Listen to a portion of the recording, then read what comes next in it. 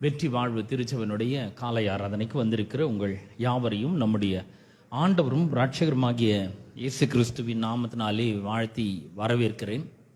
இந்த அருமையான நாளிலே நம்ம ஒரு சில வாரங்களாக பெருகுகிற கிருபை கிரேட் கிரேஸ் என்ற தலைப்பிலே நாம் போதனைகளை பார்த்து வருகிறோம். இந்த அருமையான நாளிலே இன்றைக்கு நம்ம என்ன பார்க்க போறோம்னா கிருபையும் மீட்பும். நம் கிருபையினாலே மீட்கப்பட்டிருக்கிறோம், கிருபையினாலே நம்ம ரட்சிக்கப்பட்டிருக்கிறோம் என்பதை குறித்து தான் இன்றைக்கு நாம் பார்க்க போகிறோம். ஒரு வேத பகுதியிலிருந்து நாம் ஆரம்பிப்போம். ஏற்கனவே நமக்கு எல்லாருக்கும் நல்லா தெரியும் கிருபைனா என்னன்னு தெரியும். அவர் அதிகமான கிருபையை தருகிறாருன்னு தெரியும். தாழ்மையுள்ளவர்களுக்கு கிருபை அளிக்கிறாருன்னு தெரியும். அவர்கள் எல்லார் மேலும் பூரண கிருபை, much grace was upon them all எல்லாம் நம்ம பார்த்துருக்கிறோம். இன்றைக்கு எபேசியர் 2ஆம் அதிகாரம் 8ஆம் வசனத்திலிருந்து நாம் ஆரம்பிக்க போகிறோம். இன்றைக்கு கிருபையும் மீட்பும், கிருபையினால் தான் நாம் மீட்கப்பட்டிருக்கிறோம் என்பதை குறித்து நாம் பார்க்க போகிறோம். அதில் குறிப்பாக மீட்பு என்ற வார்த்தையை நம்ம ரொம்ப ஆழமாக நாம் இன்றைக்கு பார்க்க இருக்கிறோம். எபேசியருக்கு நிருபம் 2ஆம் அதிகாரம் 8ஆம் வசனத்தை வாசிக்கிறேன். கிருபையினாலே விசுவாசத்தை கொண்டு ரட்சிக்கப்பட்டீர்கள், இது உங்களால் உண்டானதல்ல, இது தேவனுடைய ஈவு. பிரியமானவர்களே, நம்ம ரட்சிக்கப்பட்டிருக்கிறோம் அல்லது மீட்கப்பட்டிருக்கிறோம். இந்த வேத வசனம் சொல்றது எப்படி மீட்கப்பட்டிருக்கிறோம். கிருபையினாலே நாம விசுவாசத்தை கொண்டு ரட்சிக்கப்பட்டிருக்கிறோம். யார் மூலமாக ரட்சிக்கப்பட்டிருக்கிறோம்? இயேசு கிறிஸ்து மூலமாக. ஏன்னா அவர் தான் கிருபையா இருக்கிறார் இல்லையா. கிருபைனா நம்ம ஒரு போதனை நினைச்சுக்கிறோம், கிருபைனா ஒரு ஃபோர்ஸ் நினைச்சுக்கிறோம், கிருபைனா ஒரு தியாலஜிக்கல் டேர்ம், இறையியல் ஒரு வார்த்தை நினைச்சுக்கிறோம். இல்ல, கிருபை என்பது நம்முடைய கர்த்தராகிய இயேசு கிறிஸ்துவை அது குறிக்கிறதாய் இருக்கிறது.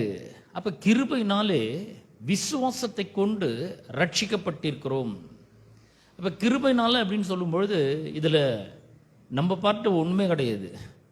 முழுக்க முழுக்க நாம் கிருபையினாலே மீட்கப்பட்டுக்கிறோம். தேவன் தம்முடைய அளவற்ற கிருபையை, அளவற்ற இரக்கத்தை அவர் நம்ம மேலே காண்பித்திருக்கிறார். நான் ஏன் இப்படி சொல்கிறேன்னா, இதனுடைய பின்னணியை நாம் பார்க்கும்பொழுது 1ஆம் வசனத்தில் நாம் இப்படி வாசிக்கிறோம். அக்கிரமங்களினாலும் பாவங்களினாலும் மரித்தவர்களாக இருந்த உங்களை உயிர்ப்பித்தார்.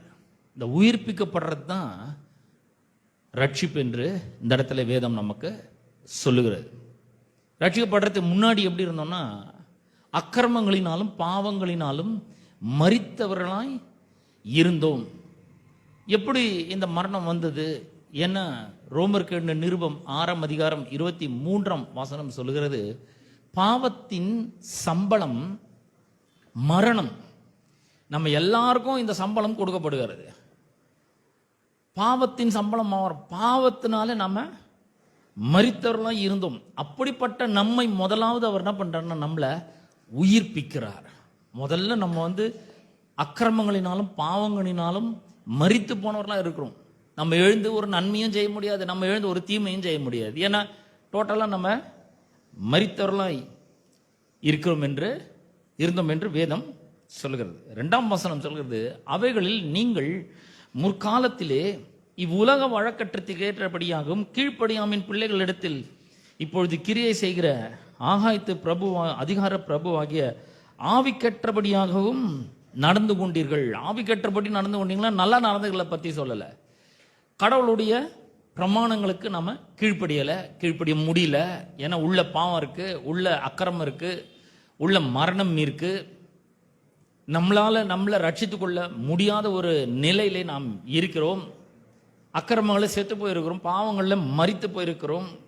3ஆம் வசனம் சொல்லுகிறது, அவர்களுக்குள்ளே நாம் எல்லாரும் முற்காலத்திலே நமது மாம்ச இச்சையின்படியே நடந்து நமது மாம்சமும் மனசும் விரும்பினவைகளை செய்து சுபாவத்தினாலே மற்றவர்களைப் போல கோபாக்கினையின் பிள்ளைகளாய் இருந்தோம்.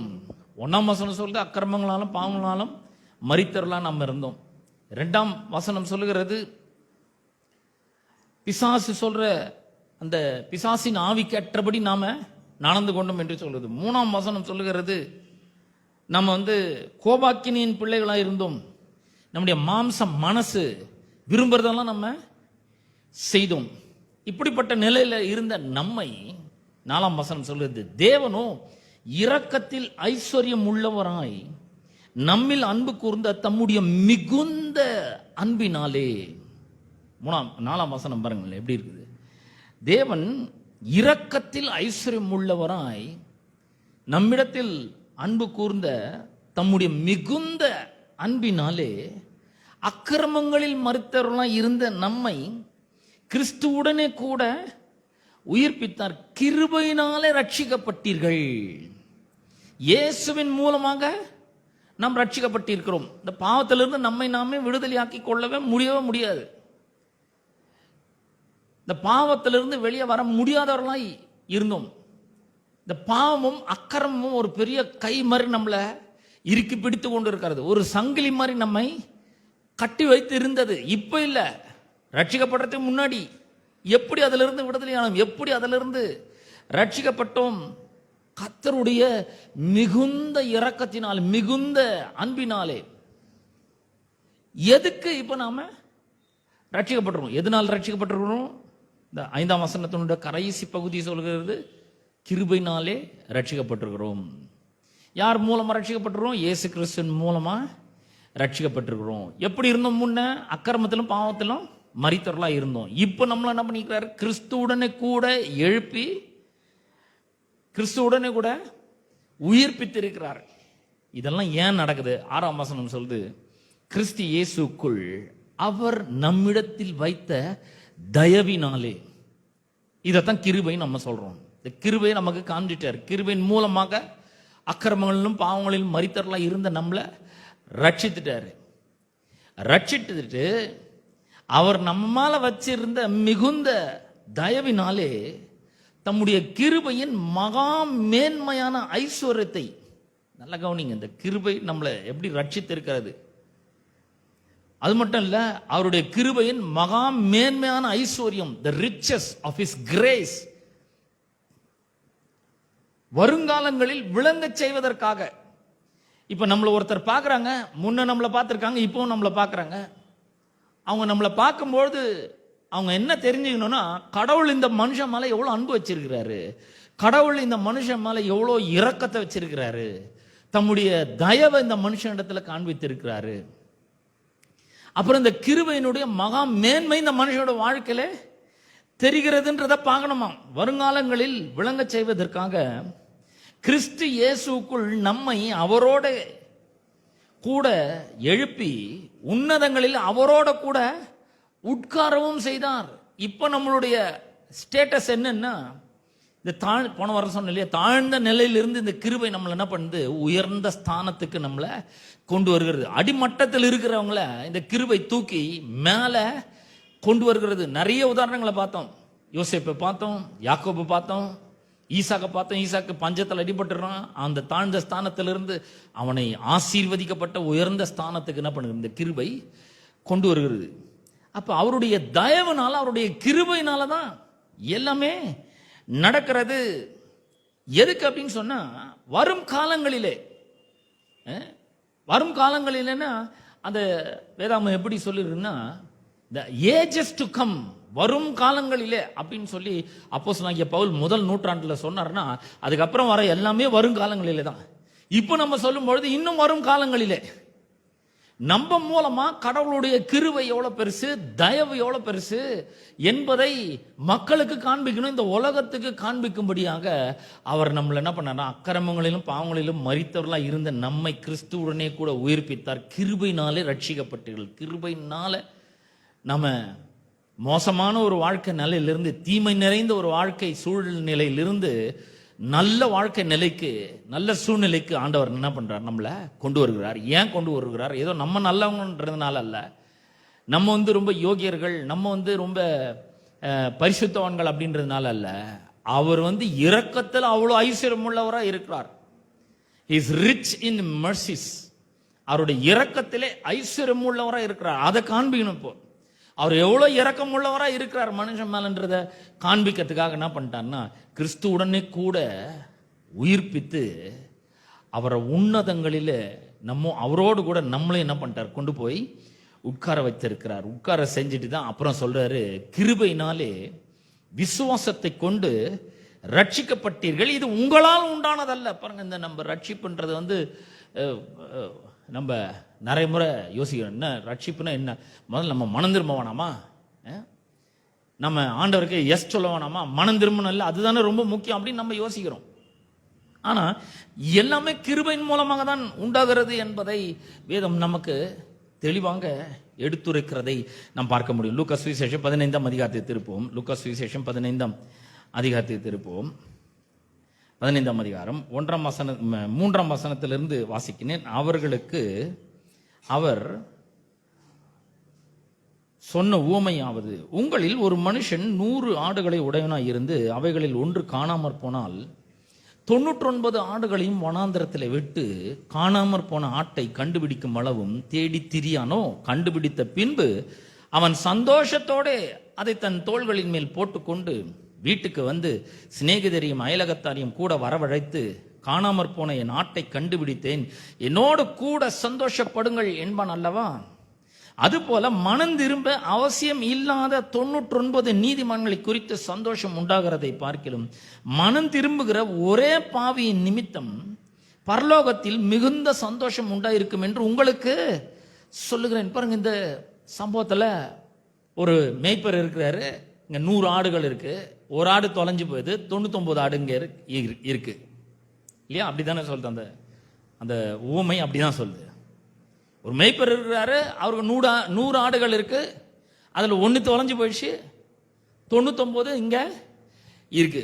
7ஆம் வசனம் சொல்லுது, அது போல, எது போல? இப்ப இங்க சொன்ன உவமை போல மனம் திரும்ப அவசியம் இல்லாத 99 நீதிமான்களை குறித்து சந்தோஷம் உண்டாகுவதை பார்க்கலாம். இங்க 99 ஆடுகள் பதில் 99 நீதிமான்கள். அவங்க மனம் திரும்ப அவசியம் இல்லாத, ஏன்னா அவர்கள் நீதிமான்கள் ஆக்கப்பட்டுறார்கள். மனம் திரும்புகிற ஒரே பாவி நிமித்தம் பரலோகத்தில் மிகுந்த சந்தோஷம் உண்டாயிருக்கும் என்று உங்களுக்கு சொல்லுகிறேன். மனம் திரும்புகிற ஒரே பாவி யாரு? அந்த தொலைஞ்சு போன ஆடு. 99 ஆடு என்னது? மனம் திரும்ப அவசியம் இல்லாத 99 நீதிமான்கள். தொலைஞ்சு போன ஆடு என்னது? மனம் திரும்புகிற ஒரே ஒரு பாவி. இவர் சொல்றாரு, அந்த ஒரு பாவி நிமித்தம், மனம் திரும்புற ஒரே பாவி நிமித்தம் பரலோகத்துல மிகுந்த சந்தோஷம் உண்டா இருக்கும் என்று உங்களுக்கு சொல்லுகிறேன்.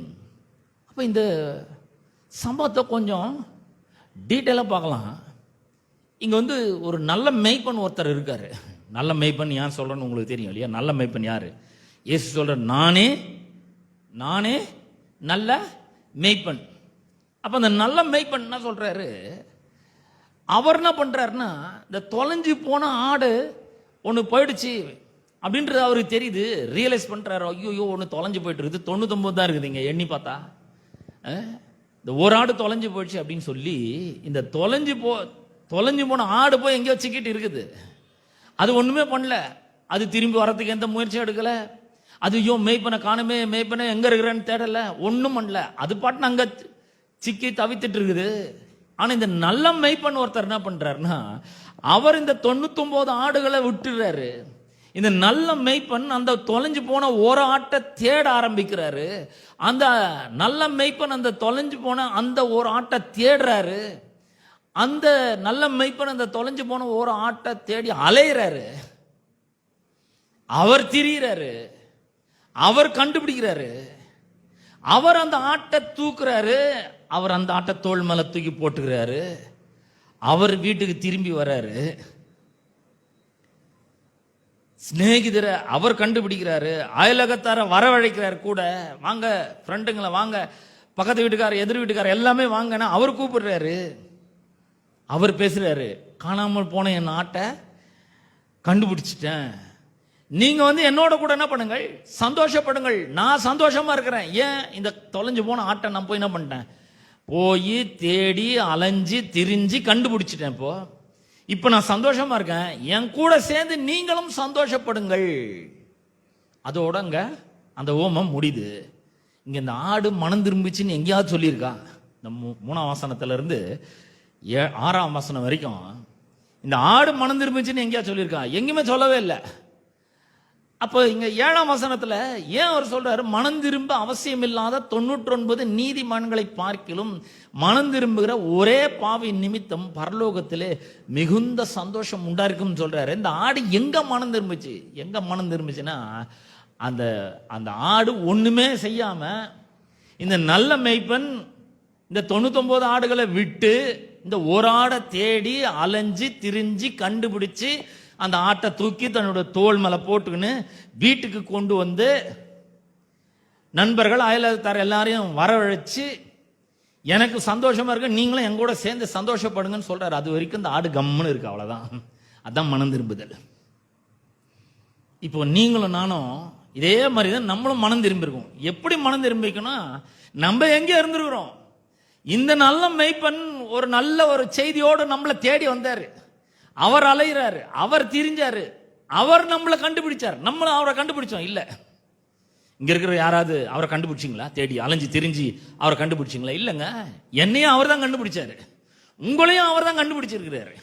ஒருவேளை ட்ராக்ஸ் மூலமா இருக்கலாம், ஒருவேளை ஏதாவது ஸ்ட்ரீட் மீட்டிங் தெரு கூட்டம் மூலமா இருக்கலாம், தெரு பிரசங்கம் மூலமா இருக்கலாம், அல்லது வேற ஏதாவது வீட்டு ஜப கூட்டம் மூலமா இருக்கலாம், அல்லது வேற ஏதாவது சர்ச்சை மூலமா இருக்கலாம். ஏதோ ஒரு விதத்துல என்ன பண்றாரு, அவர் இந்த மீதி எல்லாத்தையும் விட்டுட்டு, அவர் வேலையெல்லாம் விட்டுட்டு, அவர் தேடி, அவர் அலைஞ்சு, அவர் திரிஞ்சு, அவர் கண்டுபிடிச்சு, அவர் அந்த ஆட்டை தூக்கி தோள் மேல போட்டுக்கின்னு வீட்டுக்கு வர்றாரு. அவர் சந்தோஷப்படுறாரு. பிரியமானவர்களே, நான் உங்களுக்கு சொல்றேன், இந்த அற்புதமான நாளிலே கிருபையினால் தான் நம்ம ரட்சிக்கப்பட்டிருக்கிறோம். நம்ம எப்படி இருந்தோம்? அக்கிரமத்தினாலும் பாவத்தினாலும் மரித்தவர்களாக இருந்தோம். நம்ம எப்படி காரங்களை தூக்கி முன்னாடி போக முடியும்? இல்லை, நமக்குள்ள ஒரு பெரிய உயிர் தெழுதல் நடந்த பிற்பாடு தான் நம்ம எல்லாமே செய்ய முடியும் இல்லையா? அப்ப அந்த உயிர் தெழுதல் அவர் தராரு, இந்த மனம் திரும்புதல அவர் தராரு. இந்த லூக்கா சுவிசேஷத்துல நல்ல கவனிங்க. லூக்கா சுவிசேஷம் 24ஆம் அதிகாரத்துல 47ஆம் வசனத்துல நாம் வாசிக்கும் பொழுது, லூக்கா 24:47 அன்றியும் மனம் திரும்புதலும் பாவ மன்னிப்பும் எருசலேம் தொடங்கி சகல தேசத்தாருக்கும் அவருடைய நாமத்தினாலே பிரசங்கிக்கப்பட வேண்டியது. பாவிகளே மனம் திரும்புங்கள்னு போய் சொல்லுமா? இல்ல, மனம் திரும்புதல் உண்டாயிடுச்சுங்க. அவர் வந்து உங்களை தேடி கண்டுபிடிச்சாரு. அவர் பரலோகத்தை விட்டு அங்க யாரும் மனம் திரும்ப வேண்டிய அவசியம் இல்லை. அங்கிருந்து விட்டு இந்த பூமிக்கு ஒரு மனுஷனா இறங்கி வந்து நம்மளை தேடி கண்டுபிடிச்சு நம்மளை தூக்கி தோல் மேல தூக்கி போட்டுக்கின்னு அவர் வீட்டுக்கு போறாரு பாருங்க. சந்தோஷப்படுறாரு. நம்ம இது எல்லாத்துக்கும் விட்டு கொடுக்கும் போது, அமைதியா இருக்கும் பொழுது அந்த மனம் திரும்புதல் நமக்கு உண்டாகுது. வேத வசனம் சொல்றது, அவர் மூலமாய் மனம் திரும்புதல் என்ன பண்ண வேண்டும்? அறிவிக்கப்படுகிறது. அவ்வளவுதான். பிரியமானவர்களே, நான் உங்களுக்கு சொல்றேன், நம்ம கிருபையினாலே ரட்சிக்கப்பட்டு இருக்கிறோம் அப்படின்று வேதம் நமக்கு சொல்லுகிறது. ஏன் இது கிருபையினால உண்டா இருக்குன்னா, ஒரு மனுஷனும் பெருமை பாராட்டாத படிக்கு இது கிரியைகளினால் உண்டானது அல்ல. கிருபையினால நம்ம ரட்சிக்கப்பட்டுறோம், கிரியையினால அல்ல. அவர் நம்மளை ஆசீர்வதிக்கிறாரு. எப்படி ஆசீர்வதிக்கிறார்? எதன் அடிப்படையில் ஆசீர்வதிக்கிறார்? நம்ம வார வாரம் சர்ச்சைக்கு வர்றது மூலமாவா? இல்லைங்க, சர்ச்சைக்கு வர்றது ரொம்ப முக்கியம். ஆனா அவர் வார வாரம் தவறாமல் சர்ச்சைக்கு வர்றது மூலமாவா ஆசீர்வதிக்கிறாரு? இல்ல, அதன் அடிப்படையில் ஆசீர்வதிக்கிறது இல்ல. நம்ம கர்த்தருக்கு கொடுக்க வேண்டியது ரொம்ப அவசியம். ஆனா அந்த கொடுக்கிறதின் அடிப்படையில் அவர் நம்மளை ஆசீர்வதிக்கிறது இல்லை. நம்ம நற்கிரைகளை செய்கிறது ரொம்ப அவசியம். ஏன்னா எபேசியர் 2:10 நம்ம வாசிக்கிறோம், ஏனெனில் நற்கிரைகளை செய்கிறதற்கு கிறிஸ்து இயேசுக்குள் சிருஷ்டிக்கப்பட்டு தேவனுடைய செய்கையாய் இருக்கிறோம். அவைகளில் நாம் நடப்பதற்கு முன்னதாக அவர் அவைகளை ஆயத்தப்படுத்தி வச்சிருக்கிறார். நாம இப்ப நற்கிரைகளை செய்யணும். எப்போ? இப்ப மனம் திரும்பியாச்சு, ரட்சிக்கப்பட்டாச்சு, மீட்கப்பட்டாச்சு. இப்ப நம்ம நல்ல கிரியைகளை செய்ய வேண்டும். ஆனால் நற்கிரைகளை செய்கிறது மூலமா நம்ம ரட்சிக்கப்படுறதில்லை. இப்ப ரட்சிக்கப்பட்ட பிற்பாடு நாம் நற்கிரைகளை செய்கிறவர்களாக இருக்க வேண்டும். ஏன்னா அதுக்காக தான் ரட்சிக்கப்படுகிறோம். நற்கிரைகளை செய்கிறதற்கு கிறிஸ்து இயேசுவுக்குள் சிருஷ்டிக்கப்பட்டு தேவனுடைய செய்கையாய் இருக்கிறோம். அப்ப இப்ப நம்ம நற்கிரைகளை செய்கிறவர்களாக இருக்க வேண்டும். ஏன் நற்கிரைகளை செய்யணும்? நாம் ரட்சிக்கப்படுறதுக்கு இல்ல, கடவுள் எவ்வளவு நல்லவர் என்பதை நம்ம மூலமாக காண்பிப்பதற்காக நம்ம என்ன பண்ண வேண்டும்? நற்கிரைகளை செய்ய வேண்டும். கடவுளை நேசிக்கணும், சக மனுஷனை நேசிக்கணும். விசுவாசிகளுடைய குறைச்சல், அவங்களுக்கு நம்ம உதவி செய்யணும். எவ்வளவு நற்கிரைகள் இருக்கு பாருங்க. சபைகள் உபத்திரப்படும் பொழுது, பாடுபடும் பொழுது அவர்களுக்காக ஜெபிக்க வேண்டும். தொலைந்து போன ஆத்துமகளுக்காக நம்ம கர்த்தரிடத்தில் ஜெபிக்க வேண்டும். இந்த நற்கிரைகள் எல்லாம் நாம் பண்ண வேண்டும், நாம் இப்பொழுது செய்ய வேண்டும். அப்ப பாருங்க, ஒருவரும் பெருமை பாராட்டாதபடிக்கு இது கிரியைகளினால் உண்டானது அல்ல. அப்ப இங்க ரெண்டுத்தையும் வித்தியாசப்படுத்தி காட்டுறாரு. ஒன்னு கிருபையையும், ஒரு பக்கம் கிரியையும் வச்சு அவர் காட்டுகிறார். நாம் செய்த நற்கிரைகள் நம்மை ரட்சிக்க முடியாது. நல்லா கவனிங்க, நாம் செய்கிற நற்கிரைகள் நம்மளை ரட்சிக்கவே முடியாது. அதன் அடிப்படையில் அவர் நம்மளை ஆசீர்வதிக்கிறது இல்ல. நம்ம சொல்றோம் பைபிளே வாசிக்க மாட்டேங்கிறோம், எங்கிருந்த கர்த்தர் உங்களை ஆசீர்வதிக்கிறது அப்படின்றோம். இல்ல, அது தவறு. வேதாகமத்தின் அடிப்படையில் அது தவறு. பாருங்க, இந்த ஆசீர்வாதம் எப்படி நமக்கு வருதுன்றத வேத வசனம் நமக்கு போதிக்கிறது. பாருங்க, ரோமர் எழுதின நிருபம் 4ஆம் அதிகாரம் 13ஆம் வசனத்திலிருந்து நான் வாசிக்கிறேன். ரோமர் எழுதின நிருபம் 4ஆம் அதிகாரம் 13ஆம் வசனத்தை வாசிக்கிறேன். அன்றியும் உலகத்தை சுதந்தரிப்பான் என்கிற வாக்குத்தத்தம் ஆபிரகாமுக்காவது அவன் சந்ததிக்காவது நியாய பிரமாணத்தினால் கிடையாமல் விசுவாசத்தினால் வருகிற நீதினால் கிடைத்தது. அப்ப இந்த சுதந்திரம் நமக்காக கடவுள் என்ன பண்ணி வச்சுக்கிறாரு? இயேசு கிறிஸ்து மூலமாக ஒரு மாபெரும் சுதந்திரத்தை, சொத்தை அவர் நமக்காக ஆயத்தப்படுத்தி வைத்திருக்கிறார். பெரும் சுதந்திரம் நமக்கு இருக்கு. கண் காணாத, காதுகள் கேட்காத, இருதயத்தில் தோன்றாத ஆசீர்வாதங்களை தேவன் நமக்காக ஆயத்தப்படுத்தி வச்சிருக்கிறாரு. இந்த ஆசீர்வாதங்கள்லாம் நமக்கு எப்படி வருது? இந்த வாக்குத்தத்தம், இந்த ஆசீர்வாதம் இதெல்லாம் எப்படி வருதுன்னா, ஆபிரகாமுக்கும் அவனுடைய சந்ததிக்காவது நியாய பிரமாணத்தினால் கிடையாமல் விசுவாசத்தினால் வருகிற நீதினால் கிடைத்தது. ஆபிரகாமுக்கு எப்படி கிடைச்சது? ஆதியாகமம் 13ஆம் அதிகாரத்துல 1-2 வசனங்களை நம்ம வாசிக்கிறோம். ஆபிரகாம் மிருக ஜீவன்களும் வெள்ளியும் பொன்னும் ஆசிகளுடைய சீமனாய் இருந்தான். இந்த ஆசீர்வாதம் எப்படி வந்தது ஆபிரகாமுக்கு? ஆபிரகாமுடைய ஆசீர்வாதம் அவனுக்கு எப்படி வந்ததுன்னா, நியாயப்பிரமாணத்தை நிறைவேற்றினதின் மூலமாக அவனுக்கு இந்த ஆசீர்வாதங்கள்லாம் கிடைக்கல. பொய் சொல்லாது இருப்பாயாக நியாயப்பிரமாணம் சொல்லுது. ஆனா அவன் பொய் சொன்னான். என்னன்னு சொன்னான்? இவள் என்னுடைய சகோதரின்னு சொல்லி மனைவிய சகோதரின்னு சொல்லிட்டான். அவன் சொன்னான். ஆனால் அவனுக்கு அந்த வாக்குத்தத்தமும் சுதந்திரமும் நியாயப்பிரமாணத்தின் கிரைகள் மூலமாக கிடைக்காமல் அவனுக்கு அதெல்லாம் எப்படி கிடைக்குதுன்னா, விசுவாசத்தினால் உண்டாகும் நீதினாலே கிடைத்தது. விசுவாசத்தினால் வருகிற நீதினால் கிடைத்தது. ஒரு நீதியை அவன் பெற்றிருந்தான். ஆதியாகமம் 15ஆம் அதிகாரம் 6ஆம் வசனத்துல நாம வாசிக்கிறோம். ஆபிரகாம் தேவனை விசுவாசித்தான், அவர் அதை அவனுக்கு நீதியாக எண்ணினார். அவன் கடவுளை விசுவாசித்தான், அவர் வார்த்தையை விசுவாசித்தான், அதை அவனுக்கு நீதியாக எண்ணினார். அது மூலமாக அவனுக்கு அந்த ஆசீர்வாதங்கள்லாம் கிடைத்தது. சுதந்திரம் அவனுக்கு கிடைத்தது. 14ஆம் வசனம், நியாய பிரமாணத்தை சார்ந்தவர்கள் சுதந்திரவாளிகளானால் விசுவாசம் வீணாய்ப்போம், வாக்குத்தத்தமும் அவமாகும். 15ஆம் வசனம், மேலும் நியாய பிரமாணம் கோபாக்கினை உண்டாக்குகிறது. நியாய பிரமாணம் இல்லாவிட்டால் மீறுதலும் இல்லை. அப்ப கிருபை, சுதந்திரம் இந்த தேவன் நமக்காக உண்டு பண்ணி வைத்திருக்கிற சகலவிதமான ஆசீர்வாதங்கள், நன்மைகள், சுகம், பலன், ஆரோக்கியம், ஜீவன், நல்வாழ்வு, வெற்றி, ஜெயம், ஆசீர்வாதம், செழிப்பு, முன்னேற்றம், வளர்ச்சி, பெருக்கம், விருத்தி, எல்லா நன்மைகளும் மலை போல குவிறது, படுவேகமாக வளர்ச்சி அடைகிறது. இதெல்லாம் நமக்கு எப்படி கிடைக்குதுன்னா, கிருபையின் மூலமாக கிடைக்கிறது. அதாவது இயேசு கிறிஸ்து மூலமாக கிடைக்கிறது. இலவசமாக நமக்கு கிடைக்கிறது. இதுக்காக நாம் என்ன பண்ண வேண்டியதில்லை, எதுவுமே செய்ய வேண்டியதில்லை.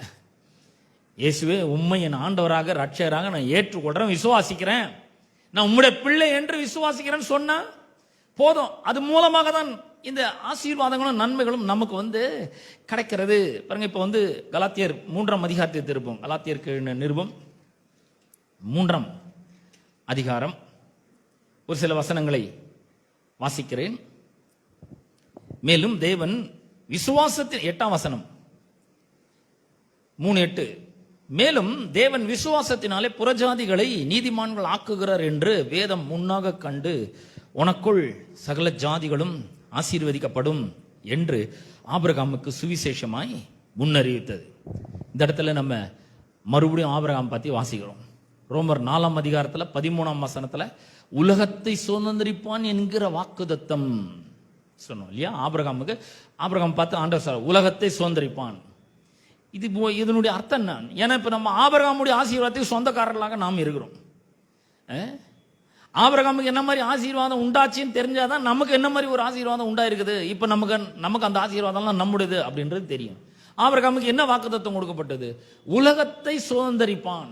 இதுதான் ஆபிரகாமுக்கு தேவன் கொடுத்த வாக்குத்தத்தம். அப்படின்னா என்ன அர்த்தம்? உலகம் அப்படின்னு சொன்னா காஸ்மோஸ் அப்படின்ற வார்த்தை தான் அங்க பயன்படுத்தப்பட்டிருக்கிறது. காஸ்மோஸ் அப்படின்னு சொன்னா அண்ட சராசரம். காஸ்மோஸ் அப்படின்னு சொன்னா என்னது? அந்த வார்த்தையில இருந்தா காஸ்மெட்டிக் அப்படின்ற வார்த்தை வருது. நல்லா கவனிங்க. உலகத்தை சுதந்தரிப்பான் அப்படின்னு சொல்லும் பொழுது காஸ்மோஸை சுதந்தரிப்பான். காஸ்மோஸ் என்ன? அண்ட சராசரம். இந்த சூரியன், பால்வெளி, நட்சத்திரங்கள், அப்புறம் சந்திரன், இது எல்லாத்தையும் பார்க்கும்பொழுது இதெல்லாம் எவ்வளோ அழகாகவும் அருமையானதாகவும் சிருஷ்டிக்கப்பட்டிருக்கிறது. ஒரு நேர்த்தியா சிருஷ்டிக்கப்பட்டிருக்கிறது. தேவன் அதெல்லாம் எப்படி இருக்க வேண்டும், எப்படி இயங்க வேண்டும், எவ்வளவு அழகா இருக்கணும், எப்படி அது இயங்கணும்னு நினைச்சு அதை சிருஷ்டிச்சாரோ அந்த விதத்தில் இருக்குது பாருங்க. அந்த மாதிரி எல்லாமே ஒரு ஆர்டரா இருக்கு, பியூட்டிஃபுல்லா இருக்கு. காஸ்மோஸ் அப்படின்றது எவ்வளோ ஒரு நேர்த்தியா இயங்குது இல்லையா? அதை சுதந்தரிப்பான் என்று ஆபிரகாமுக்கு வாக்குத்தத்தம் பண்ணப்பட்டது. நான் சொன்னேன் இல்லையா, காஸ்மோஸ் என்ற வார்த்தையில இருந்தா காஸ்மெட்டிக் அப்படின்ற வார்த்தை ஒரு காஸ்மெட்டிக்னு அழகு சாதன பொருட்கள் இல்லையா? இந்த அழகு சாதன பொருட்கள் பார்த்தீங்கன்னா நம்ம கேர்ள்ஸ், லேடிஸ் இவங்கெல்லாம் என்ன பண்றாங்கன்னா தங்களை அலங்கரிப்பதற்காக இதை எல்லாத்தையும் என்ன பண்றாங்க, அது எல்லாத்தையும் அந்த காஸ்மெட்டிக்லாம் வாங்குறாங்க. அழகு சாதன பொருட்களை எல்லாம் வாங்குகிறார்கள். ஏன்? முகம் கொஞ்சம் கருப்பா இருக்குது, அதை கொஞ்சம் கலரா மாற்ற முடியும்.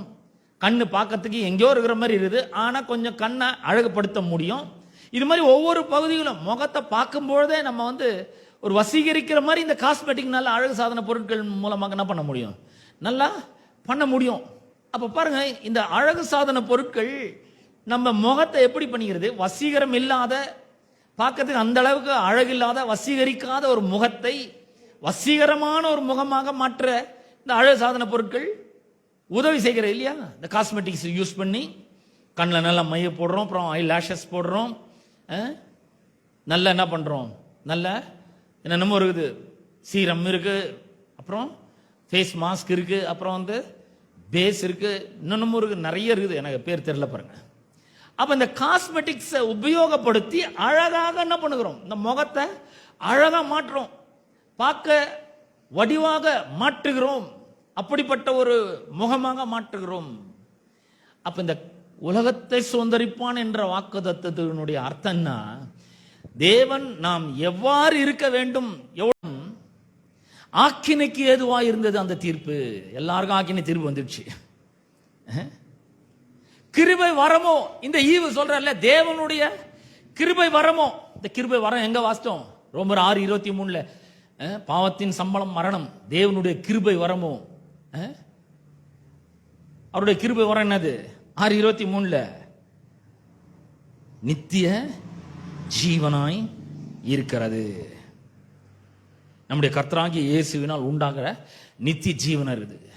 அப்ப இந்த ஒரு மனுஷன் செய்த அந்த பாவத்து நிமித்தம், குற்றத்து நிமித்தம் உண்டான தீர்ப்பு தேவன் அருளும் ஈவுக்கு ஒப்பானது கிடையாது. அந்த ஒரு குற்றத்து நிமித்தம் அந்த தீர்ப்பு ஆக்கினை தீர்ப்புக்கு ஏதுவாக இருந்தது. எல்லாருக்கும் ஒரே தீர்ப்பு, எல்லாரும் நரகத்துக்கு போகணும், எரி நரகத்து உள்ள போகணுன்ற ஒரு தீர்ப்பு உண்டாயிடுச்சு. சாபம் நுழைஞ்சிச்சு, பாவம் உள்ள நுழைஞ்சிச்சு, பாவத்துக்கு பின்னாடியே மரணம் நுழைஞ்சிச்சு, நோய் நுழைஞ்சிச்சு, தரித்திரம் உள்ள வந்துச்சு, ஏழ்மை, வறுமை, பற்றாக்குறை எல்லாமே வந்துச்சு அந்த ஒரு தீர்ப்பின் மூலமாக. ஆனால் கிருபை வரமோ அநேக குற்றங்களை நீக்கி, நல்லா கவனிங்க, கிருபை என்ன பண்ணுகிறது? அது இலவசமாக தேவனால் கொடுக்கப்படுகிறது. கிருபை ஒரு வரமாக தேவனால் நமக்கு கொடுக்கப்படுகிறது.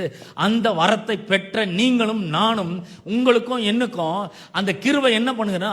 அநேக குற்றங்களை நீக்குகிறதா இருக்கிறது.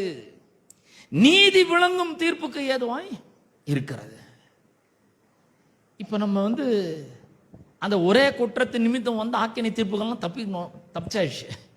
அதுக்கும் நமக்கும் சம்பந்தமே கிடையாது. இப்ப நம்ம என்ன பண்ணிருக்கோம்? தேவனுடைய கிருபை வரத்தின் மூலமாக அந்த கிருபை என்ன பண்ணிருக்கு? நம்முடைய அநேக குற்றங்களை நம்ம விட்டு நீக்கி இருக்கிறது. எத்தனை பேர் விசுவாசிக்கிறீங்க? இனி நான் பாவியே கிடையாது, நான் நீதிமானா இருக்கிறேன். ஏன்? இந்த கிருபை என்னைக்கு தேவன் எனக்கு கொடுத்தாரோ, தேவன் எப்படி இந்த கிருபை வரத்தை கொடுத்தாரோ, ஒரு ஈவா கொடுத்தாரோ, அந்த கிருபை என்னுடைய அநேக குற்றங்களை நீக்கி நீதி விளங்கும் தீர்ப்புக்கு ஏதுவாய் இருக்கிறது. குற்றம்லாம் நீங்கி போயிடுச்சு எல்லாம். இப்ப நான் குற்றவாளி கிடையாது. எப்படி நீக்கிச்சு? எப்படி நீக்குச்சுன்னா, எல்லா குற்றத்தையும் எடுத்து இயேசுவின் மேல சுமத்தியாகி விட்டது. அங்க போயிடுச்சு எல்லா குற்றமும். 17ஆம் வசனம், அல்லாமலும் ஒருவனுடைய மீறுதலினாலே அந்த ஒருவன் மூலமாய் மரணம் ஆண்டு கொண்டிருக்க. பாருங்க, பாவியா இருந்த பொழுது இயேசுவை ஆண்டவராக ரட்சகராக ஏற்றுக்கொள்ளாமல் வாழ்ந்த பொழுது, நாம செஞ்ச பாவத்தின் நிமித்தம் அல்ல, அந்த ஆதாம் செஞ்ச ஒருவனுடைய மீறுதலினாலே பாவத்தின் மூலமாய் மரணம் நம்மை ஆண்டு கொண்டிருந்தது. ஆண்டு கொண்டிருந்ததுன்னா மரணம், பாவம், அப்புறம் வியாதி, வறுமை, எல்லா விதமான நோய்கள், குடும்ப சண்டை, பிரச்சனை, தோல்வி, பயம், கலக்கம், கவலை, கண்ணீர், வேதனை, உபத்திரவம், வியாகுலம், தூக்கமின்மை, இதெல்லாம் நம்மள ஆண்டு கொண்டிருந்தது.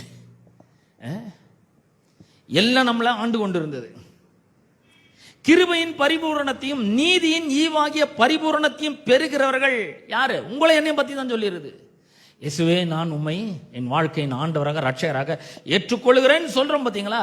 அந்த பரிபூரணத்தை, நீதியின் ஈவாகிய பரிபூரணத்தையும் கிருபையின் பரிபூரணத்தையும் நாம பெற்றுக்கொள்ள, நாம இயேசு கிறிஸ்து என்னும் ஒருவராலே, இயேசு கிறிஸ்து தான் கிருபைன்னு சொன்ன இல்லையா, அந்த கிருபையின் மூலமாக ஜீவனை அடைந்து, உன்ன மரணம் ஆண்டு கொண்டு இருந்தது, அதெல்லாம் நீங்கி இப்ப என்ன ஆச்சு? ஜீவன் நமக்குள்ள வந்தாச்சு. ஜீவன் இப்பொழுது ஆண்டு கொண்டு இருக்கிறது.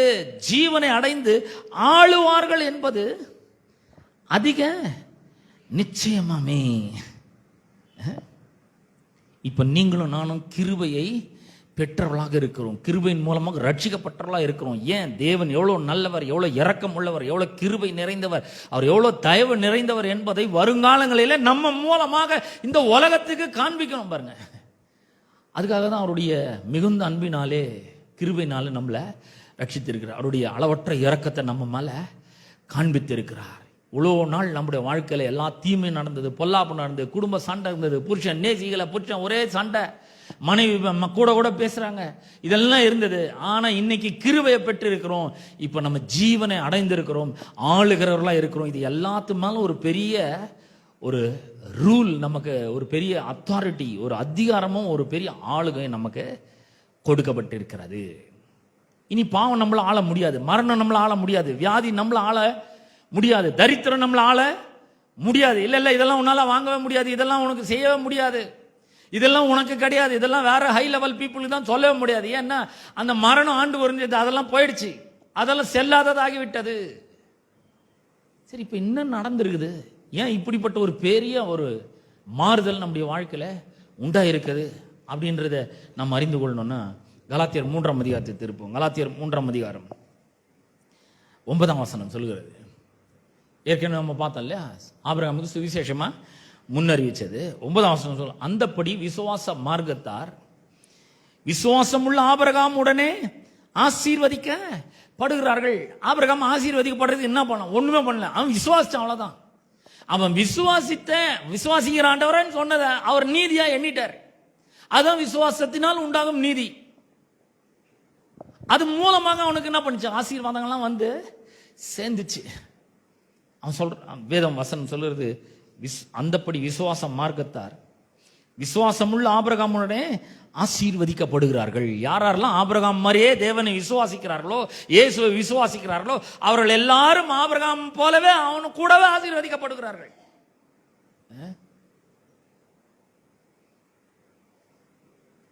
இது ஒரு கஷ்டமா? நான் உங்களை பார்த்து கேட்கிறேன், இது ஒரு கஷ்டமா? இல்லைங்க, ரொம்ப ரொம்ப சுலபம். ஆண்டவரே, நான் உண்மை விசுவாசிக்கிறேன், பணத்துக்கு நான் உண்மை விசுவாசிக்கிறேன், வேலைக்கு நான் உண்மை விசுவாசிக்கிறேன், நல்ல வாழ்க்கைக்கு உண்மை நான் விசுவாசிக்கிறேன், என்னுடைய சரீர சுகத்துக்கு நான் உண்மை விசுவாசிக்கிறேன், குடும்ப பிரச்சனை தீர்றதுக்கு நான் உண்மை விசுவாசிக்கிறேன். இதை சொல்றது கஷ்டமா? இல்ல, விசுவாசிக்கிறது ரொம்ப ரொம்ப சுலபம். அப்படி விசுவாசிக்கிறேன்னு சொன்னதுதான் கடவுள் என்ன பண்ணிட்டார்? நீதியாக நான் சொல்றத செய்யறான்.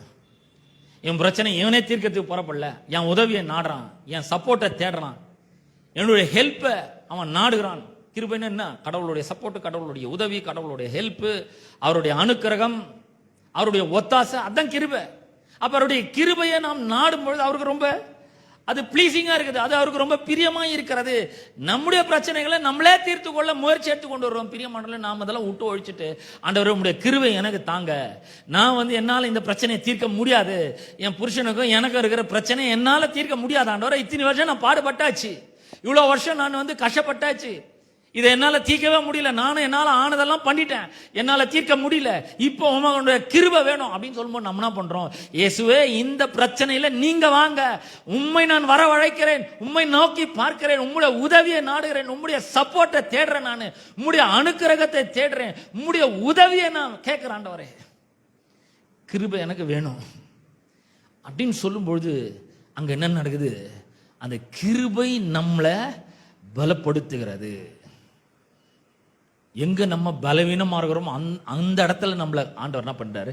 ஸ்ட்ரென்தன் பண்றாரு. ஒருவேளை குடும்ப வாழ்க்கையில பலவீனமா இருக்கலாம், அங்க ஸ்ட்ரென்தன் பண்றாரு. பொருளாதார வாழ்க்கையில பணம் இல்லாம கஷ்டப்பட்டு கொடுக்கலாம், நிறைய கடன் இருக்கலாம், அந்த இடத்துல கடவுளுடைய கிருபை கேட்கும் போது அவர் என்ன பண்றாரு? அந்த இடத்த ஸ்ட்ரென்தன் பண்றாரு. வாழ்க்கை கடினமா போய் கொண்டிருக்குது, ஆண்டவருடைய கிருபை கேட்கும் போது அவர் என்ன பண்றாரு? அந்த இடத்தை பலப்படுத்துறாரு. எங்கெல்லாம் பலவீனப்படுகிறோமோ அந்த இடத்துல எல்லாம் கிருபை நம்மளை பலப்படுத்துகிறதை நாம பார்க்க முடியும். பாருங்க, இங்க வேத வசனம் சொல்லுகிறது, 10ஆம் வசனம் சொல்லுகிறது, நியாயப்பிரமாணத்தின் கிரியைக்காரராகிய யாவரும் சாபத்திற்கு உட்பட்டு இருக்கிறார்கள். நியாயப்பிரமாண புஸ்தகத்தில் எழுதப்பட்டவர்களை எல்லாம் செய்யத்தக்கதாக அவைகளில் நிலைத்திராதவன் எவனோ அவன் சபிக்கப்பட்டவன் என்று எழுதியிருக்கிறது. நியாயப்பிரமாணத்தின் கிரியின் மாதிரி நம்ம செய்யணும் அப்படின்னு சொன்னா எல்லாத்தையும் செய்யணும். ஒன்ல தவறினா எல்லாத்திலும் தவறுன மாதிரி இல்லைங்க. 199 நான் செஞ்சுட்டேன், ஒன்னே ஒண்ணுதான் மிஸ்ஸிங் அப்படின்னா இல்ல, 99 ஃபெயில், 100 ஃபெயில், அவ்வளவுதான். எல்லாம் செஞ்சா ஆசீர்வாதம். ஆனா பிரச்சனை என்னன்னா எல்லாம் செய்ய முடியாது, அதன் பிரச்சனை.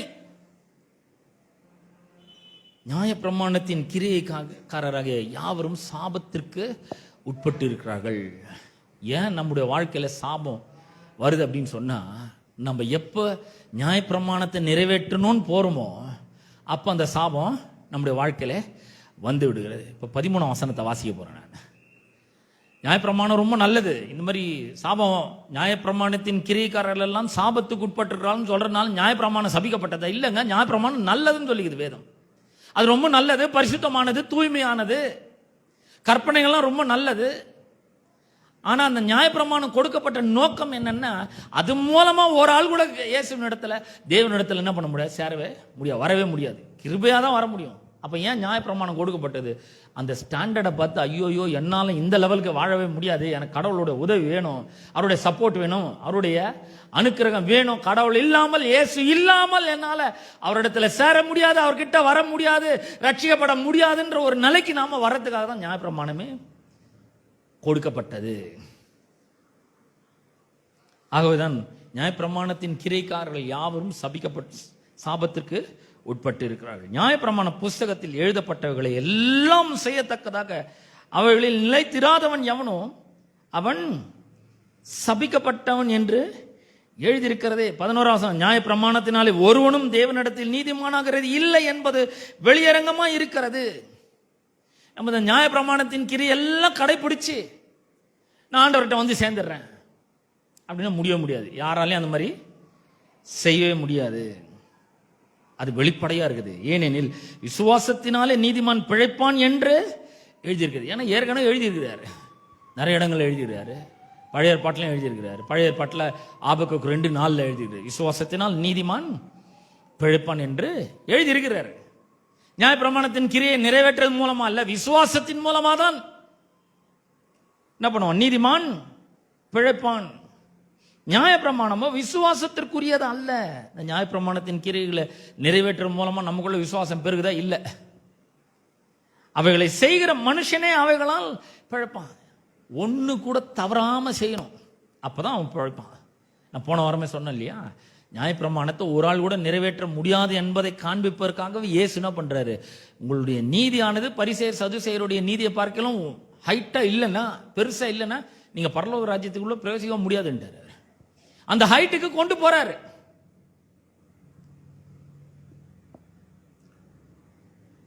இது எப்படி இருக்குதுன்னா, இப்போ நம்ம எல்லாரும் ஒரு ரூமுக்குள்ளே இருக்கிறோம்னு வச்சுக்கோங்க. இந்த ரூம்னுடைய சீலிங் வந்து 50 அடி ஹைட்டு. இதுன்னா ஒரு 10-12 அடி இருக்குன்னு வச்சுக்கோங்க. அந்த சீலிங் வந்து எங்கே இருக்குதுன்னா, நம்ம எல்லாரும் இருக்கிற அந்த சீலிங்குடைய ஹைட் வந்து 50 அடி. இப்போ ஒருத்தன் துப்பாக்கி எடுத்து வந்து நம்ம எல்லாரும் பார்த்து கன் பாயிண்ட்ல வச்சு, நீ வந்து இங்கே இருக்கிற ஒவ்வொரு ஆளும் இந்த சீலிங் 50 அடி இருக்குல்ல, அந்த சீலிங்கை தொடணும், இல்லைன்னா நான் சுட்டுருவேன் அப்படின்னு சொன்னா யாராவது தொட முடியுமா? எகிரி தொடணும், ஜம்ப் பண்ணி தொடணும். யாராவது தொட முடியுமா? யாராலையுமே தொட முடியாது. ஏன்? அது யாராலையும் தொட முடியாத ஹைட்ல இருக்குது. அதனால நம்ம எல்லாருக்கும் தெரிஞ்சு போடும், எல்லாரும் எங்க போக போறோம்? சாக தான் ஒரு குண்டு அடிப்பட்டு சாக போறோம்னு தெரிஞ்சு போச்சு. அதே மாதிரி தான் இந்த நியாயப்பிரமாணம் கூட.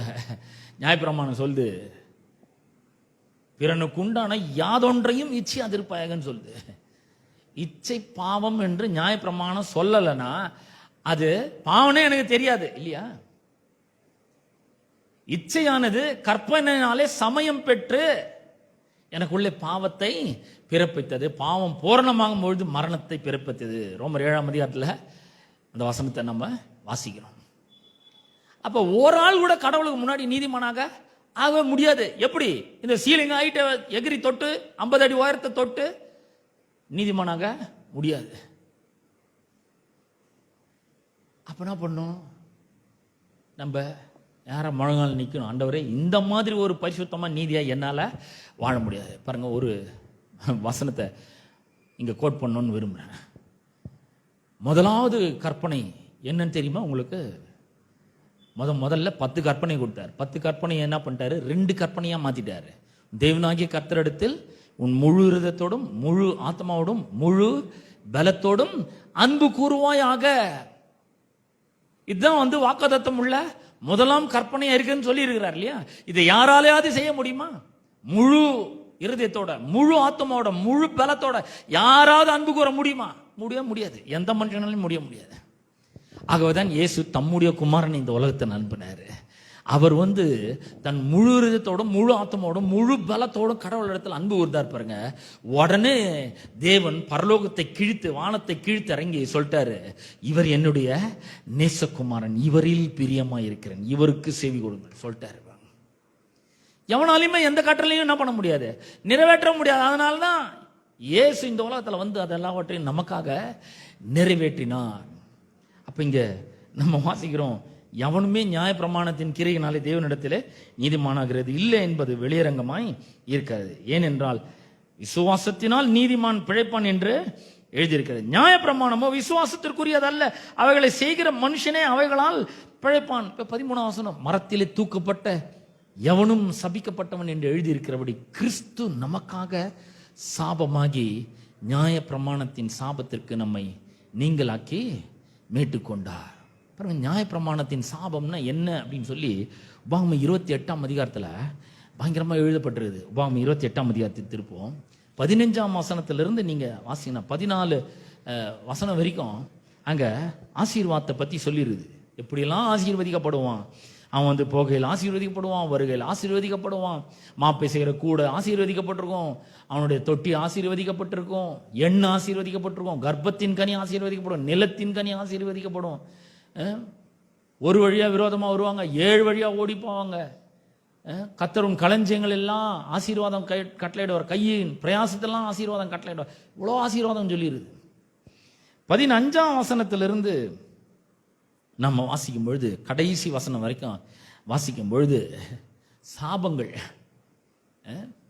14 வசனங்கள் தான் ஆசீர்வாதத்துக்குரிய வசனங்கள். 68 வசனத்துல 14 போச்சுன்னா மீதி எவ்வளவு 54 வசனங்கள் சாபமான வார்த்தைகள் தான். சாபம் எவ்வளவு பெருசு பாருங்க, பயங்கரமான நிறைய வசனங்கள். அப்ப இந்த சாபத்துல என்னெல்லாம் அடங்கிருக்குன்னா, தனிப்பட்ட வாழ்க்கை சீரழியும், குடும்ப வாழ்க்கை சீரழியும், பொருளாதார வாழ்க்கை சீரழியும், எமோஷனல் வாழ்க்கை சீரழியும், மனதளவுல சீரழிவு ஏற்படும். அப்ப பாருங்க, பாவம் என்ன பண்ணுகிறது, மனிதனுடைய வாழ்க்கையில எல்லா பகுதிகளையும் சீரழித்திருக்கிறது.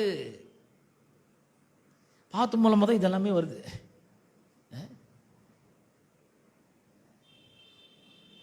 பொருளாதார வாழ்க்கை போச்சு, நிம்மதி போச்சு, தூக்கம் வராது.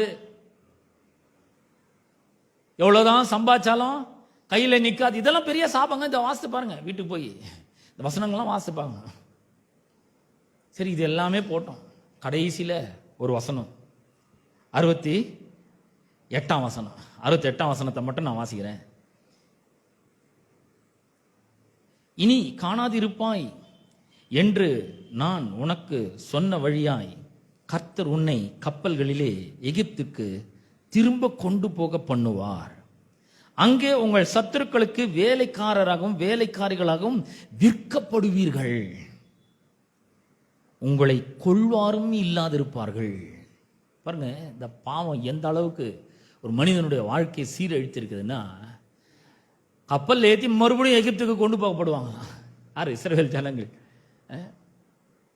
ஏன் அந்த நியாயப்பிரமாணத்தில் சொல்லப்பட்டவர்கள்லாம் செய்யலைன்னா, கப்பல் ஏற்றி திருப்பியும் எகிப்துக்கு கொண்டு போகப்படுவீர்கள்.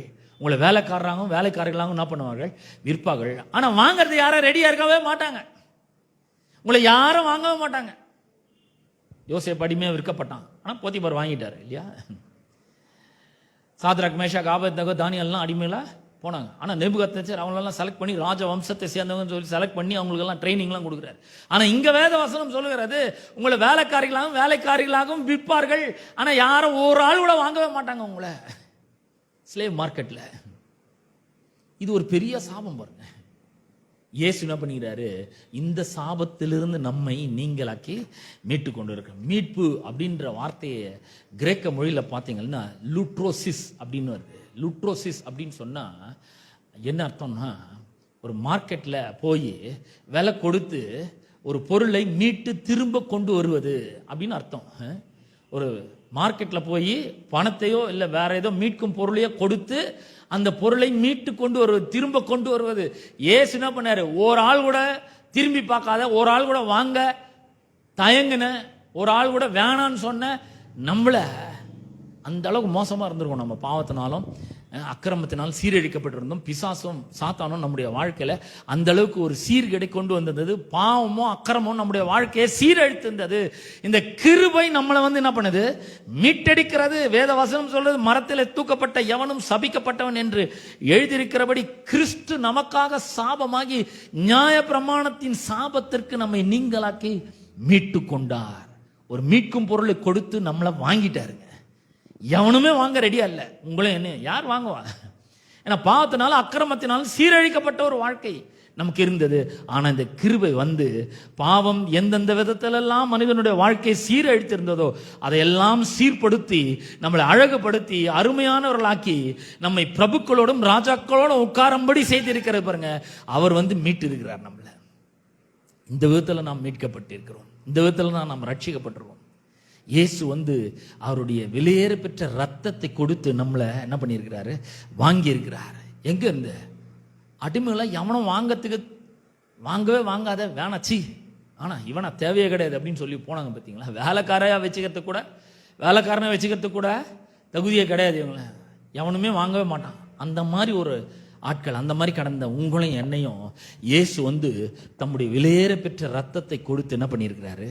அதை மீட்கும் பொருளை கொடுத்து பாவத்திலிருந்தும் சாபத்திலிருந்தும் வியாதியிலிருந்தும் நம்மை மீட்டு ரட்சித்து இருக்கிறார். ஏன் தெரியுங்களா? அடுத்த வசனம் சொல்லுது, ஆபிரகாமுக்கு உண்டான ஆசீர்வாதம் கிறிஸ்து இயேசுவின் மூலமாய் புறஜாதிகளாக உங்களுக்கும் எனக்கும் வரும்படியாகும். ஆவியை குறித்து சொல்லப்பட்ட வாக்குத்தத்தத்தை நம் விசுவாசத்தினாலே பெரும்படியாகவும் இப்படி ஆயிற்று. இயேசு எப்படி மீட்டு இருக்கிறான்னு கொஞ்சம் பாருங்க. நம்மளை யாரும் வாங்கறதுக்கு ஆள் இல்லாமல் இருந்தது. ஆனால் இயேசு பார்த்து இவன் தான் எனக்கு வேணும், இவ தான் எனக்கு வேணும். இவனுடைய வாழ்க்கையில பெரிய நோக்கங்களை வச்சிருக்கேன், திட்டங்களை வச்சிருக்கேன்.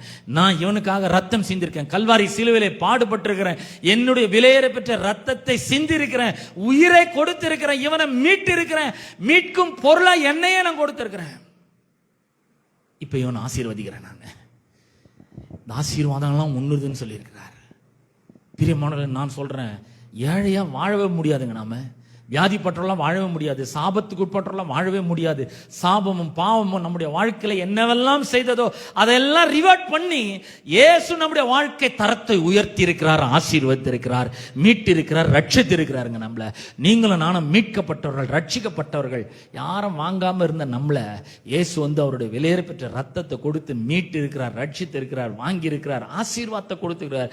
எந்த ஆசீர்வாதம் சொல்றார்? ஆபிரகாமுக்கு உண்டான ஆசீர்வாதம். என்ன ஆசீர்வாதம்? போற இடத்தெல்லாம் ஆசீர்வாதம். நான் உன்னை ஆசீர்வதிப்பேன், உன்னை பெரிய ஜாதி ஆக்குவேன், உன் பேரை நான் பெருமைப்படுத்துவேன். எல்லாம் திரும்பின பக்கம்லாம் ஆசீர்வாதம். நீ திரும்ப 0 லெவலுக்கு வந்தா அங்கிருந்து கூட உன்னை தூக்கி மறுபடியும் உயர்ந்த ஸ்தானத்துல ஒரு ஆசீர்வாதமான நிலைக்கு என்னால உன்னை கொண்டு வர முடியும். இதாங்க ஆபிரகாமுடைய ஆசீர்வாதம். எவ்வளோ பேர் அவனை எம்டி பண்ணணும்னு பார்த்தாங்க, ஆனா யாராலையுமே முடியவே இல்லை.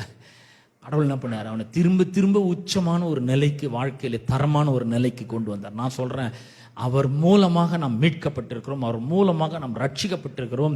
நாம சோட போறதுக்கோ தோல்வி அடைறதுக்கோ வாய்ப்பே கிடையாதுங்க. அவர் விலையேற பெற்ற ரத்தத்தை கொடுத்து நம்மளை திரும்பவும் வாங்கியிருக்கிறார். மீட்கும் பொருளை இயேசு கொடுத்து நம்மளை வாங்கியிருக்கிறார். எங்க இருந்து வாங்கியிருக்கிறான்னு கொஞ்சம் யோசித்து பாருங்க. எவனும் வாங்க மாட்டேன்னு சொன்னால நம்மள அவர் வாங்கியிருக்கிறார். இருக்கிறதுலே காஸ்ட்லியான பிரைஸை கொடுத்து வாங்கியிருக்கிறார். அவருக்கு நாம் ரொம்ப விலையேற பெற்றோலா இருக்கிறோம். அவருடைய அன்புக்கு பாத்திரவான்களா இருக்கிறோம். அவருடைய இரக்கத்துக்கும் தயவுக்கும் பாத்திரவான்களா இருக்கிறோம். நாம தோல்வி அடையறதுக்கோ, நாம நம்ம சபிக்கப்படுவதற்கோ, நம்ம கடன்ல வாழ்வதற்கோ, குறைச்சல்ல வாழ்வதற்கோ சாத்தியமே கிடையாது. நம்ம நிறைவிலும் ஏராளத்திலும் தாராளத்திலும் செழிப்பிலும் ஆசீர்வாதத்திலும் வாழும்படியாக தேவன் நம்மை அவருடைய குமாரனுடைய ரத்தத்தின் மூலமாக மீட்டெடுத்திருக்கிறார். கிருபையினாலே நம்ம ரட்சிக்கப்பட்டு இருக்கிறோம். ஏன்? அவருடைய அன்பு, அவருடைய இரக்கம், அவருடைய தயவு. இந்த வருங்காலத்தில் இந்த உலகத்துக்கு நாம தான் வெளிச்சம் போட்டு காட்டணும். இப்போ என்ன பண்ணணும்? வாரம் சர்ச்சைக்கு வரணும். நல்லா இந்த மாதிரி சத்தியங்களை கேட்டு, கிருபையை கேட்டு பெற்றுக்கொண்டு, கிருபை அதிகமாக வளர்ந்து, நம்முடைய வாழ்க்கை தரம் உயர்ந்து, அந்த வாழ்க்கை தரத்தை பார்த்து எப்படிங்க அந்த மாதிரி இருந்த நீங்க எப்படி இப்படி வாடுறீங்கன்னு கேட்கும்பொழுது இயேசுவை பற்றி சொல்றதுக்கு அது ஒரு மிகப்பெரிய ஒரு வாய்ப்பாக இருக்கும். கண்டிப்பா நான் சொல்றேன், உங்கள் மூலமாக அநேக மக்கள் ஈர்க்கப்படுவார்கள். கண்டிப்பா அப்படிப்பட்ட ஒரு தரமான வாழ்க்கையை உங்களுக்காக எனக்காகவும் ஆண்டவராக இயேசு கிறிஸ்து வச்சிருக்கிறார். அதை வாழும்படியாக தான் நீங்களும் நானும் அழைக்கப்பட்டிருக்கிறோம். பிரியமானவர்களே, நாம இந்த வாழ்க்கைக்காக தான் மிகப்பெரிய விலைக்கரையும் நமக்காக கொடுக்கப்பட்டிருக்குது. எதுக்கு? தரித்திரமா வாடுறதுக்கா? இல்ல. வியாதியில வாடுறதுக்கா? இல்லைங்க. சபிக்கப்பட்டவர்கள வாடுறதுக்கா? இல்ல. எப்ப பார்த்தாலும் கடன்ல வாடுறதுக்கா? இன்னொருத்தர் கையை எதிர்பார்த்து வாடுறதுக்கா? இல்லவே இல்லை. யாருடைய கையும் எதிர்பார்க்காம ஆண்டவரை மட்டும் நோக்கி பார்த்து வாழ்க்கையில மேல மேல வர்றதுக்காக தான் இப்படிப்பட்ட ஒரு வாழ்க்கையை தேவன் நமக்காக ஆயத்தப்படுத்திக்கிறார். நான் சொல்றேன், ஒவ்வொரு நாளும் இந்த கிருபையில வாழ ஆரம்பிங்கள். அவருடைய தயவு, அவருடைய சப்போர்ட், அவருடைய உதவி, அவருடைய அனுக்கிரகம், அவருடைய ஒத்தாசை என் கூட இருக்குது. அவருடைய பிரசனம் எனக்கு இருக்குது. அவர் எனக்கு சமாதானத்தை கொடுத்திருக்கிறார், இளைப்பாறுதலை தந்திருக்கிறார். நான் இந்த மாதிரி பதட்டம் அடைய போறது இல்லை, விசுவாசிக்க போறேன். நான் இது ஏன் பிரச்சனை இல்லை. ஆண்டவர் இந்த பிரச்சனையை தீர்க்க வல்லவரா இருக்கிறார். அவர் சர்வ வல்லமுள்ள தேவனா இருக்கிறார். அவர் என் கூட இருக்கிறார். நான் இதிலிருந்து மீண்டு வருவேன். எவ்வளவு பெரிய பாவ பிரச்சனையிலிருந்து மீண்டு வெளியே வந்துட்டேன்.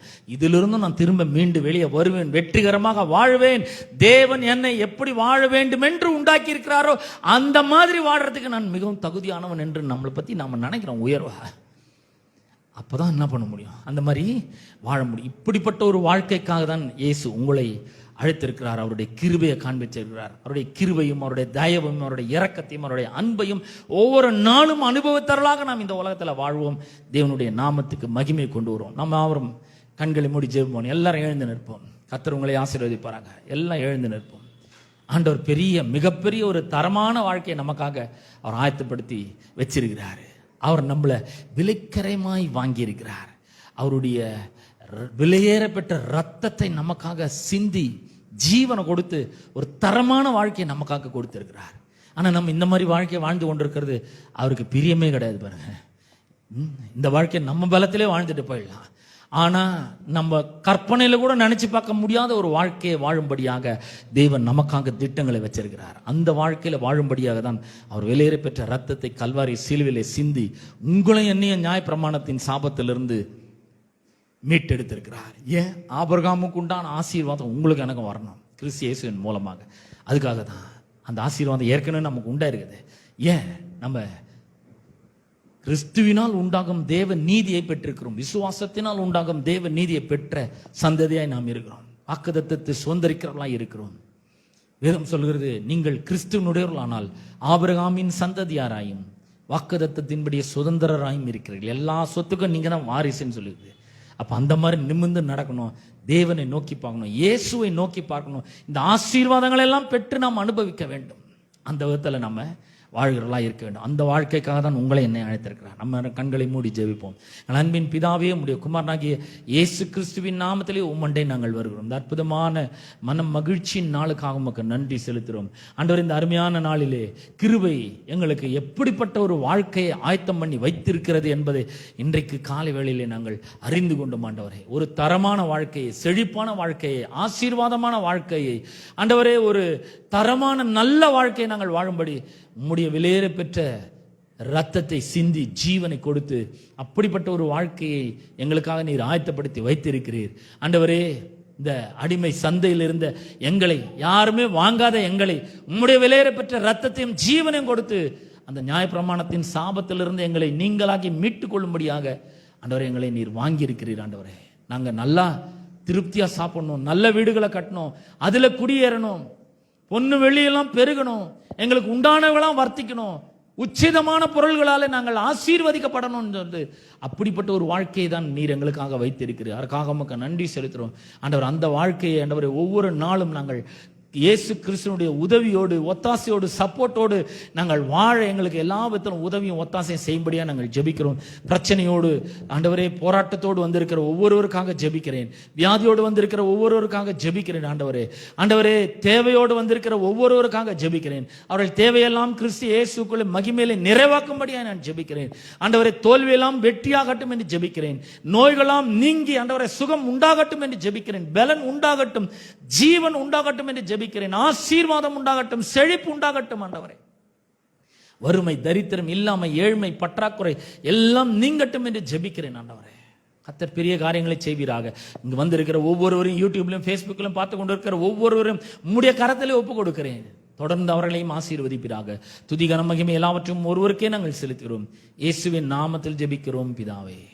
கிறிஸ்துவின் கிருபையும் பிதாவாகிய தேவனுடைய அன்பும் பரிசுத்த ஆவியானுடைய ஐக்கியமும் பாதுகாலும் வழிநடத்தலும் இன்றும் என்றும் சதா காலங்களிலும் நம் அனைவரோடும் என்றும் இருப்பதாக.